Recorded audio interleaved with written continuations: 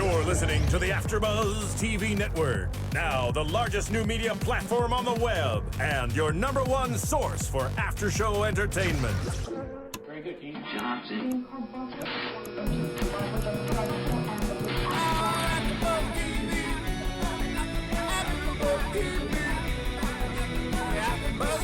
The AfterBuzz Studios in Los Angeles, California, presented by Maria Menounos and Bing.com, and streaming live thanks to Akamai Technologies. This is AfterBuzz TV's Rizzoli Isles After Show. We'll break down tonight's episode and get you all the latest news and gossip. If you'd like to buzz in on tonight's show, you can buzz us at 424-256-1729. That's 424-256-1729. And now, another post-game wrap-up show for your favorite TV show. It's AfterBuzz TV's Rizzoli Isles After Show. Hello, everyone. Bing is for doing, and that's what we're doing here. Another Rizzoli Isles AfterBuzz TV After Show, Season 4, Episode 4, Killer in High Heels. Now, I'm not Rizzoli because she's not with us tonight. She's down in Comic-Con having the time of her life. She missed a great episode, though, so that's on her, not us. I'm Tiona Hobson, and joining me tonight, I have Jenifer Golden, as always. And wow, I think my stomach is still in knots and butterflies from this whole episode tonight. Absolutely. This was a crazy episode from start to finish, but kind of slow. The pace was so slow, and it left us in such suspense. Yeah, and I think one thing we talked about while we were reviewing it was, is it slow because it's actually slow, or because I just need to hurry up and prove that Maura might not have done this? Right, and I think the tricky part was they usually start off with a crime, so they sort of get the, like, high intensity, like, off to a quick start. Mm-hmm. And then we've got to solve it, and, you know, obviously as viewers we know there's an hour to the show plus, you know, commercials and stuff, so we only have limited amount of time to, like, actually watch what's going to happen and get down to it. And I remember, like, at 52 minutes we're like, how are they going to wrap this up in 8 minutes including commercials? Yeah, at one point I thought it was going to be a to be continued. I was like, they're really going to do this to us right now. We thought that it might be, and we even considered looking at IMDb to see who might be a recurring character next episode. So we didn't have to, thankfully, because this wrapped it up with a tiny little bow. Yeah, it was a nice bow, actually. It was a nice bow, and not to toot my own horn, but I'm gonna. I figured it out in the beginning. Yes, you did. I did. I was there. I witnessed it. It's true. Yeah. I mean, it's also my same theory that I have every single episode, which is the first person in is the last person out. You know, like they're obviously the criminal, but there hadn't been a crime yet. Yes. We were just introduced at the top of the episode with the charity event. Mm-hmm. And Maura and Jane were just there as patrons of this event. Maura was on the board of directors. It's for this MILE, which I did not get a chance to write down what it stood for, but I know that it is a bone marrow database that matches up, potential donors with people who need bone marrow. And the husband and wife running the charity event, who we find out is a pro golfer and all this stuff, very high profile athlete, a la Tiger Woods, if you will. Mm-hmm. So they're running this, and Jane clearly doesn't want to be there. She looks like she's a waiter. Everyone keeps coming up to her. Her outfits kill me. The funny thing about her is that she, like, tweets about fashion all the time. Like, she happens to actually be into fashion as a human being, and they dress her just so drab. She's like a total, what you would think of a stereotypical detective who's a female. I don't want to say that's how all female detectives dress, because I don't know any, and I think that some of them might not dress like that. But when you think of one, it's kind of the generic thing that you would think of. It's completely very generic. Very plain Jane. No Jane. Pun intended. Mm-hmm. Hey. So Jane ends up leaving. Maura, meanwhile, is, gonna go talk to this butt doctor. I don't remember the proper term, but he was referred to as a butt doctor. Something with a C. Collateral. Some word with a C and an O at the end. Yeah, it was mostly because I knew I wasn't going to be able to pronounce it that I didn't even attempt to write it down. Yeah. Because they had a lot of those words tonight, but then again, they always kind of do. Yeah. So Maura ends up having this great conversation with this guy. She's like, I could talk to you all night. He orders her favorite wine. To entice her to stay longer. Mm-hmm. And then they're walking out, and I love how he's like, oh, let's walk to my car. I'm not going to let you take a cab. And he doesn't like valet, which then we Yeah. find out when we see his car later. He can't afford valet. Exactly. Like, he's got an old car. He's clearly not a doctor. He's clearly We not find going out. to roll up to valet in that thing. And I thought it was interesting, too, because, you know, the next morning when Jane's looking for her because they have a homicide to get to. Is it proctologist? No. No. Something else with a C. Oh, coccyx? No. I know that's a, like, Yeah, that's that bone. tail. But it's more It was, if you guys like know, not colon, help us out. but like collateral. And not collateral, but collateral. Think colonoscopy, But except not. right. Similar. Similar but not different. Still not. So I mean, I didn't love this part, but when Maura when we find her on the couch, she's clearly out of it and not herself. Right. And that was what was bugging me throughout this whole process, because they get to the crime scene and she's there in the clothes that she left in the night before, and Right. everyone can tell that she was acting kind of weird and She was spacey, foggy, slow. like a zombie. Right, which now makes more sense Yeah. that we know it's due to this particular drug. But it frustrated me like it frustrated you that she can analyze any situation. She analyzed the bruises on her arms. We find out later, you know, she analyzes what happens when you are inebriated and you potentially have rage, or basically, you know, she analyzed the whole situation, but she didn't touch upon the fact that she could have been drugged, Yeah. which we said instantly. We're like, roofie, which it could have been anything. It's a, you know, we don't know what's out there. Yeah, on I the don't know if market. they only tested for one type of roofie on the toxicology report that came back negative, and then the rape kit came back. You know, she wasn't raped. But she would know, like, that's what's angering me about this episode, is because of the consistency with the characters, and also what we know to be true about these people. Is that she knows when she feels right and when she doesn't. She knows what a hangover is. Jane even said, "You're not diagnosing yourself. There's no dehydration here." Like, when she first saw her, she was like, "You look bad," you know, Yeah. like, and she was just like, Like "What?" a best friend would. Right. She's like, there's no scientific explanation for what's happening to your face right now. And she would have said, like, no, I'm not dehydrated so much as I am something else. Like, it was just Something a little along odd. those, even a simple, you know, I don't know what it is, but I don't feel like myself. Right. Something as easy as that. Even when, I mean, how hard must it have been when Jane finally had to, you know, take her into the room and question her best friend. Right. Well, they did say when they described the drug, what it makes you do is become a zombie and do whatever anybody else asks of you. So maybe she was coming off of that and she still wasn't able to do anything for herself. She was still a zombie. So she couldn't, you know, her synapses weren't connecting the way they normally would. Her thought process was slower. She remembered maybe like that he blew her a kiss. She didn't know how she got home. She couldn't really remember anything at all.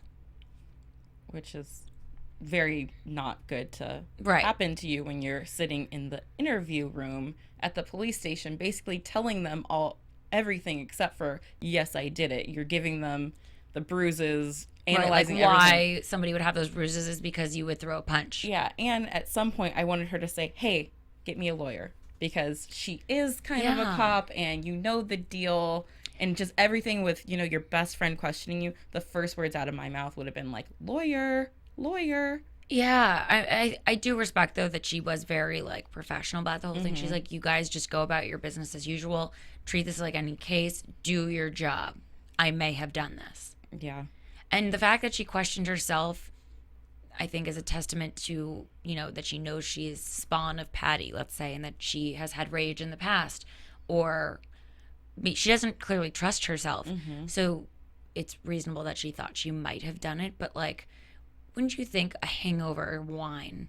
You drank a bottle of wine. You left after that one bottle of wine. You know if you had 2 bottles, you know if you had 3 bottles. You had 1 bottle of wine, and it's your favorite wine. So you've obviously drank the wine before. You know how much of it you're going to drink to be drunk. Yes. Oh, I sound like a detective. you I'm do. sorry. Oh, look at you go. Hey. You were analyzing this. Because common sense, or maybe just really watching the show for 4 seasons, has told me that you would know your certain habits. And if you particularly do something every time, like I know I could actually drink a bottle of wine myself. No, I don't have problems, but my tolerance has increased. So I know now that if I drink a bottle of wine myself, no, I will not have killed someone. Yeah, I'm not gonna drive anywhere Right. either, but I'm Of not course. I'm gonna remember enough to know that I did not kill the person. Right. I'll remember that I was in their car, that how I got home, which they never explained how she got home. No, and I wish after that we all could have this. actually filled in those gaps, because let's just say, what was his name? Not Franklin. His last name was Franklin. Tucker Franklin. Oh, Tucker. The golfer. He may have driven her home or whatever it was. Yeah. I don't know. But shout out to Thad Luckenbill. Spotted him. He's a friend of a friend. So I was excited to see him, but then sad to know that he was going to be the killer. Yeah. Bad boy. Bad boy. So let's talk about Brad a little bit more, because, at first we don't know anything about him. We think he's actually this butt doctor. Brad Adams. What a generic name. It really is. Dr. Brad Adams.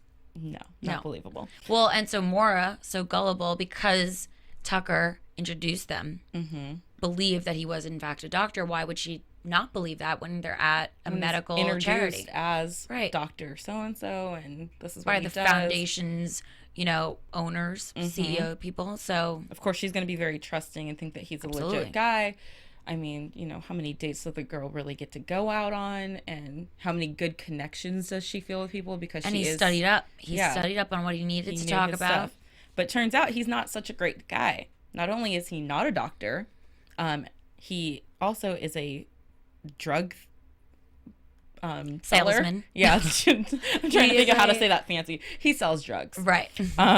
He owes back child support. He's been arrested for theft. His list goes on and on. Right. He's actually a bouncer at this club, and Which, by the way, I know we always do our conspiracy theories in the beginning, and I may have called out as Tucker as the murderer, but I had no idea how it was even going to be connected. And then Brad was a little suspicious to me when he was talking to Maura at the bar. I said to you, I was like, I wonder why he's asking so much about this Bones case. Yeah. Because I really put it together with Patty first before any other yeah, reasonable crime. I think we both were thinking this has to do with Patty. Because we do know that the feds are looking after Maura, and then the Patty's trial is happening. And when we saw the previews for this episode, I definitely thought it was going to be Patty related. So my head went straight to Patty. So I thought maybe this guy is trying to figure out information from a doctor, and it's not like you're prying and all that, because you're at a doctor convention, so you sort of talk about what you do and you all know what each other's working on. But I had the suspicious feeling that he cared a lot about this bone thing, Yes. and I didn't know why.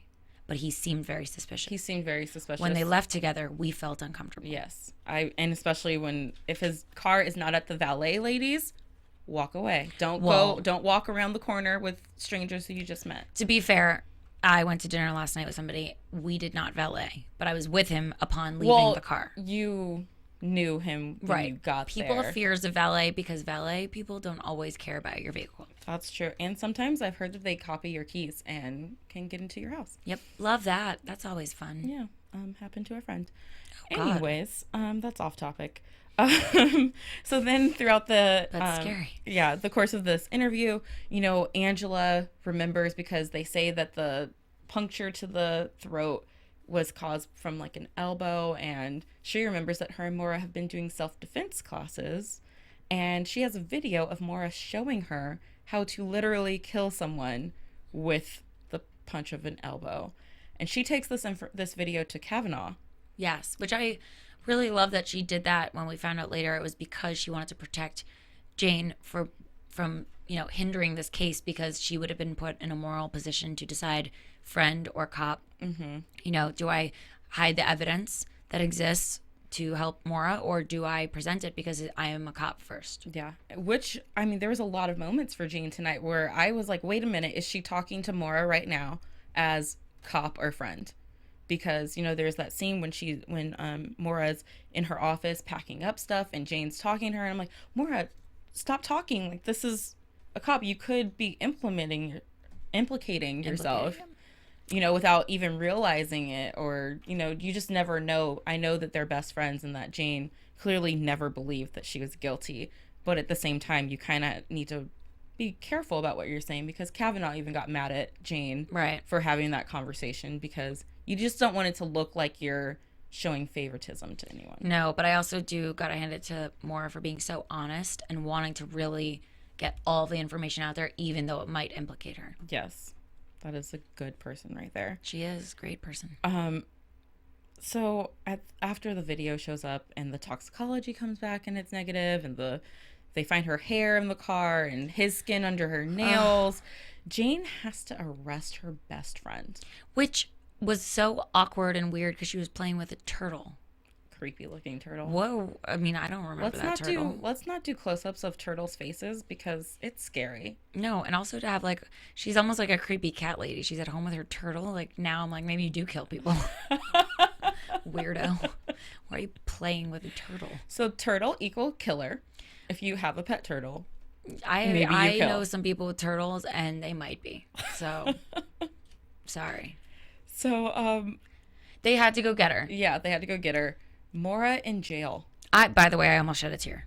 That was really sad. I was definitely choked up because it's, you know, your best friends, the people you work with every day, these people we've talked about episode after episode, that they're like family at this point. And I felt for them because obviously we knew Maura hadn't done it.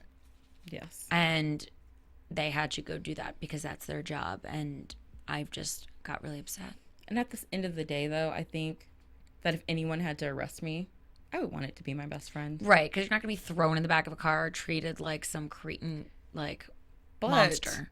I still do not understand or believe that it is a good thing that they put her in with the general population. I need to know if that is something that happens that way because she is a public figure and she is not, like, what? I just don't know. She's a cop. Like, where does Lindsay Lohan go? Well, she's not on trial for murder, so then that's a different story. There's drugs there. Right. They throw her in prison with convicted, or not convicted, but whatever they are. People that she's helped put away, people that you know, she's helped put their family members away. Like, she's a medical examiner.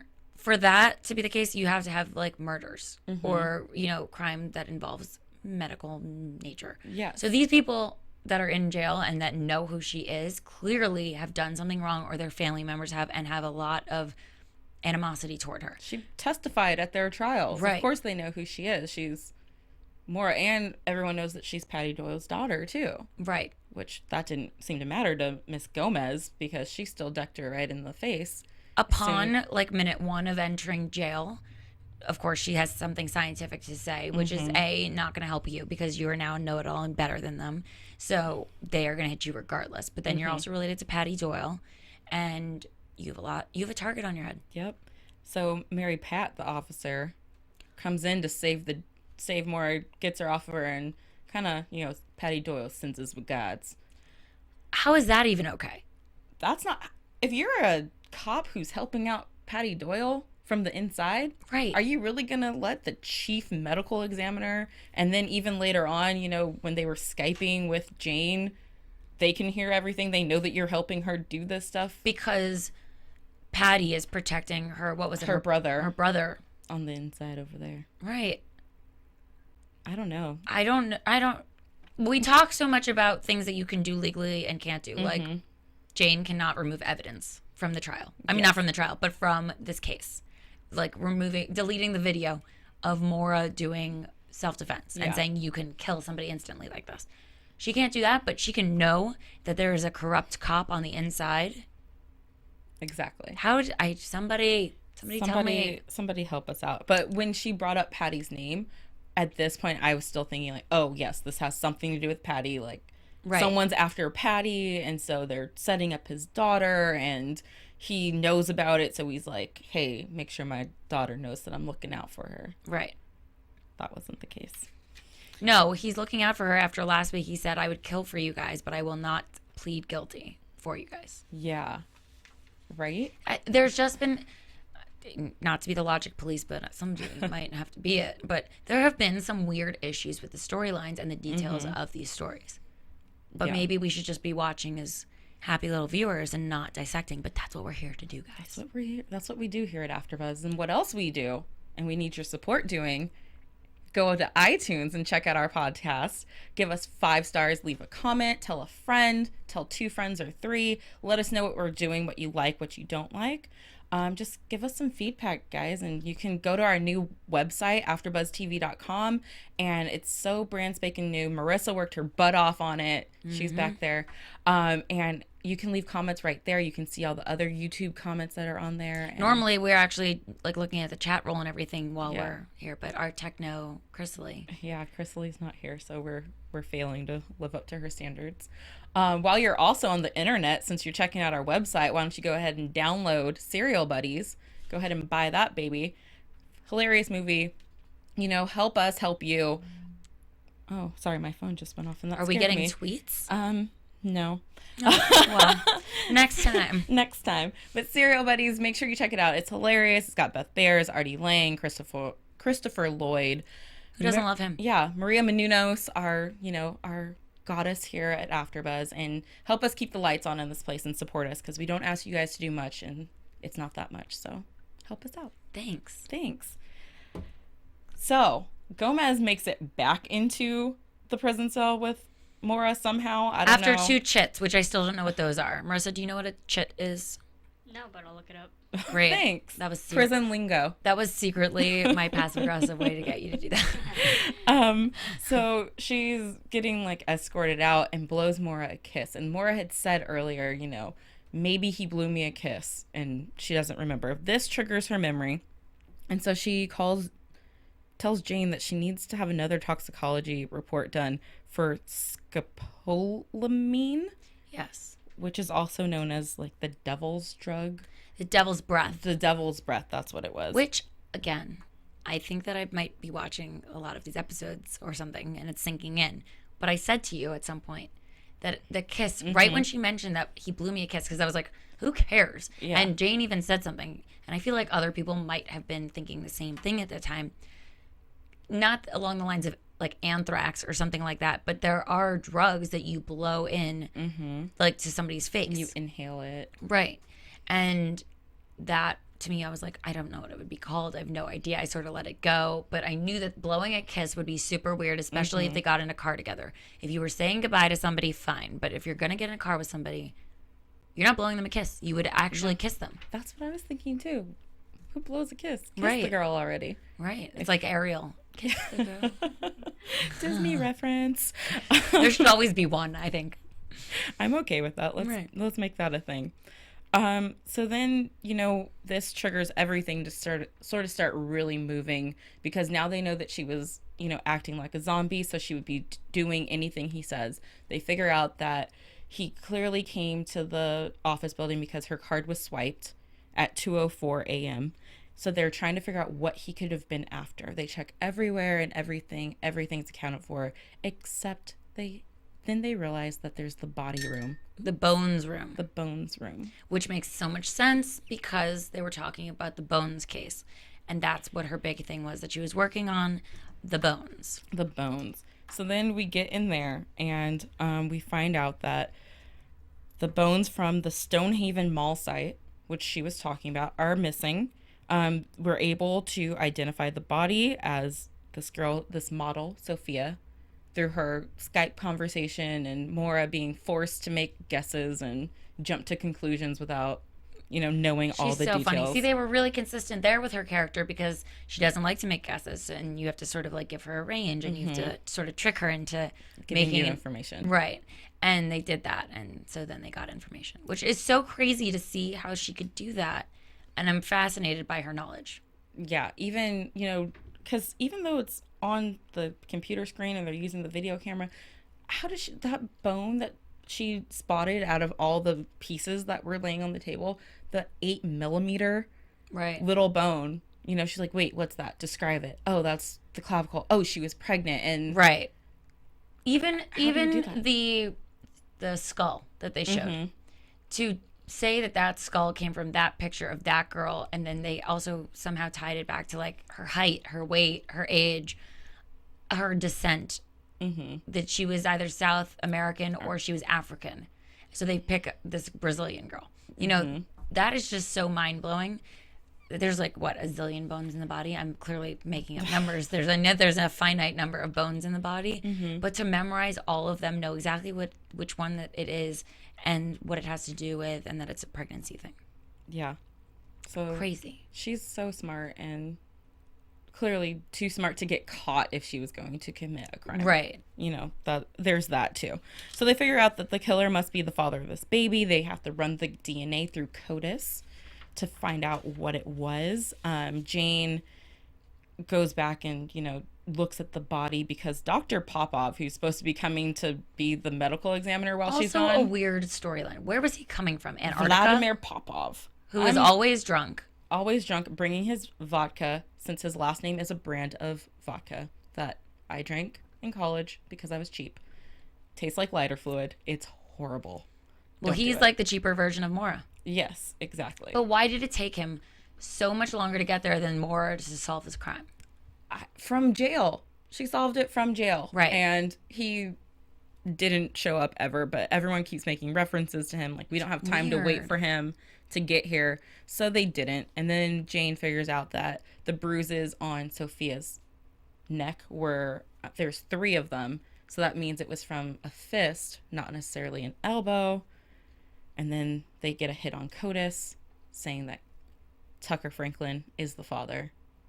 It's like a Maury episode right now. Seriously, it was the most like contrived. I don't know. It was weird. a lot of pieces. They were really trying to throw you off on this because they never really had a good enough connection to Brad. But then I guess because he was at the party but wasn't on the guest list, Which now you makes know. sense. He Yeah. also had a wire transfer into his account of $9,500. By the way, why not just $10,000? Why 9,500? Maybe 7,500, 10,000. Why? That's just an odd number. Also, I'm gonna charge you a lot more to kill somebody. 10,000 is not enough. You have to give me at least 100. Oh, really? Now we know your standards. I mean, So if I'm anybody's looking for a hitman, I'm just saying that at least make it worth like that much money. He was so far in debt and everything Right. that what was that really going to pay off? He wasn't going to escape and retire in a it's not even island. legal bills if you are put on trial. Like, yes. well, and then he was killed, obviously. So So he didn't actually get the money. So it didn't really matter.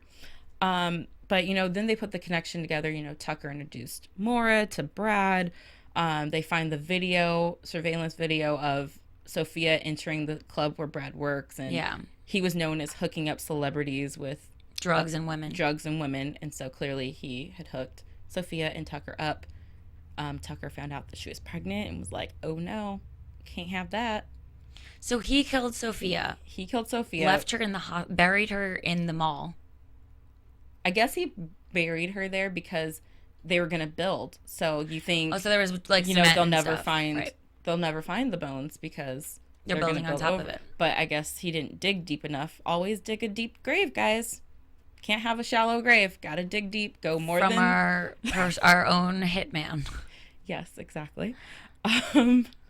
So yeah, then they go to, you know, find Tucker, and he thinks that Frost is the valet. Oh, Hands his keys right over with the evidence that links him to the murders. Right. There's the brass knuckle. So weird. right But there. you know what? I want to know, because I was thinking about this while we were just talking.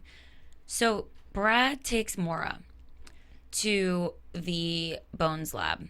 You swipe in and everything, and they, you know, they steal the bones of this. What was her name again? Sophia. They steal her bones. They leave. At what point then does Tucker kill Brad and take home Maura Here's my theory. and put the car right back Here's outside the event? Yeah, here's my theory. I think that Tucker was not there when he went into the lab. I think that Brad maybe took her into the lab, did what he was doing, dropped her off, and then maybe went to go meet Brad afterwards Oh, to deliver the to bones. deliver the bones. And that's when he got, because then Tucker then turned on him and But well, how do we explain then Maura's bruises, her hair in the trunk, her nails, and Brad? oh, that's a good question. I guess maybe he was still with her, because then at that point Tucker would have had to, make Maura scratch him to get the under the fingernails and stuff. I mean, this is like the weirdest unsolved mystery. But see, the thing is, we thought they tied it up with a nice little bow, but they didn't. We Yeah. have more still have questions. questions. And we have an answer to Yeah. one of our questions. Marissa found what a chit is. Yeah, the chit system that they use in prisons. Not all prisons do it, but apparently there's a group that gets together and they agree on a certain amount that they pool their money in, and then each month, like each individual person has to pay installments of a certain amount, and then at like each month there's usually a bid or an auction that goes out, and whoever gets the highest bid can say they want a certain set amount of money, and you can get that money. It's usually paid in rupees, I believe. And the highest bidder can get that certain amount of money, and they can put aside that money for like emergency funds or whatnot. Oh. Interesting, because they made it sound like she got beat. They said that the girl that was being taken away, So that's 2 chits for you. or maybe she was talking to the other guard for taking this woman away. So she was bribing the other guard to take this criminal That makes lady more away. sense. I mean, so many questions in this episode. Thank you, Marissa. Thank you, Marissa. Yeah, so this, I thought that was interesting too. yeah. So, I mean, this episode, we thought it was a nice bow. I did like at the end when Papa finally arrives. Super late, dude. Just late. And Maura's arriving at the same time, and everyone's, applauding Cheering, her and yeah. cheering and welcoming her back home. And he thinks it's for him. Yeah. It's like, dude, get on a plane back to Russia or wherever you just came from because you're not needed. The thing is, it just doesn't make sense logically. And again, it's like, it's suspension of disbelief. It's a TV show. It's fun. But if he is thinking that they're celebrating his arrival for a case that involves Maura, who is right next to him, Maybe. wouldn't he think the case was solved, and maybe should he be disbarred or whatever happens to people that aren't capable of doing their job that is so important? I kind of feel like he was just so drunk that he didn't even notice. He doesn't even know. Then they should fire him or whatever they have to do to get rid of him. Because for me, saying that he's always drunk and then he's also a medical examiner, I have a real problem with that. Yes, because that can affect your work negatively. Yeah. Being drunk on the job is never good in any profession unless you're a professional drinker, which if that exists, let me know. I'd love to compete. Our hitman wants to also drink now. Please, someone help her. Yes, clearly I have problems. So speaking of problems, let's get into some news and gossip. AfterBuzz TV News. So we have a couple things that are interesting this week. Well, first, we'll start with the most fun one. It was Bruce McGill's birthday Oh, yes. on July 11. So Rizzoli Isles TNT Twitter account tweeted at him, Corsac's birthday. Also, the TNT series was actually sold series into 170 markets for a weekend run starting in fall 2015. It will start going into syndication. Oh, good job. That's Yes. huge. They're going to get paid for life. Yeah, I would say that our ladies should be out celebrating. Yes. Because who knows how many seasons this is going to go on for, but doesn't even matter. Doesn't matter because checks are still going to be coming in. Yeah, 2 years from now, it will already, regularly weekend. Viewing. Yeah, I love it. I love it. I just want to be on the show for that purpose. Yeah. So that I know one day my episode will be in syndication. Please call us. No big deal. We say nice things. If you need some host for a show, we can be the murdered people. Oh, I'll play a dead body for Yeah. sure. We No can be biggie. like sitting here talking about a show, and And you then all of kill a sudden us. Marissa kills us, and they have to figure out that Marissa's the killer. It'd be awesome. Well, if she's the first one you see on that episode, obviously she's the killer. Yeah. So also, Rizzoli Isles tops cable viewership for the week ending in July 7. Yay. So top 25, they were number 1 That's huge. of ratings. Yeah. Also, Angie Harmon and Jason Sehorn have nude board game night apparently. Ooh. Yep. She was telling on the same episode on Conan where she was saying how she doesn't always like being pictured as the man in the relationship between her and Maura, that she and her hubby also play naked board night. Speaking of the lesbian Board game relationship, night, yeah. we didn't bring this up at the party. There was that line from Tucker's wife where she goes, "Jane, are you a giver?" And that was just so filled with sexual innuendos Oh, yeah. and And especially because it was woman, like female to female, yeah. and we know from reading our research lately that they teeter along the lines of like sort of insinuating things. Clearly, high five for your insinuation. We got it. We picked got it up. No reading between those lines. Yeah, exactly. I just wanted to bring that up. I thank you for that because I remember we thought about it. Anyway, that is all for news and gossip. All right, let's talk about our predictions for next week. And now, your AfterBuzz TV predictions. So, Patty's on trial. He is.